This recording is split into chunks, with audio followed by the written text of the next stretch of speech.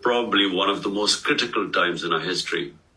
We have one of the most bizarre situations going on in this country. There was not the one assassination attempt. I received 3 bullets in my leg, which were meant for the top body. You see, my government was removed by the ex-army chief because the military establishment is very powerful here.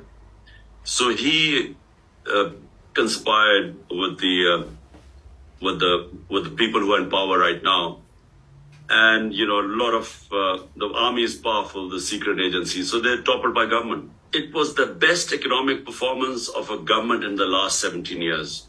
So now the situation is, why is my life in danger? Because what has happened is that the military establishment, along with the current lot who are in power right now.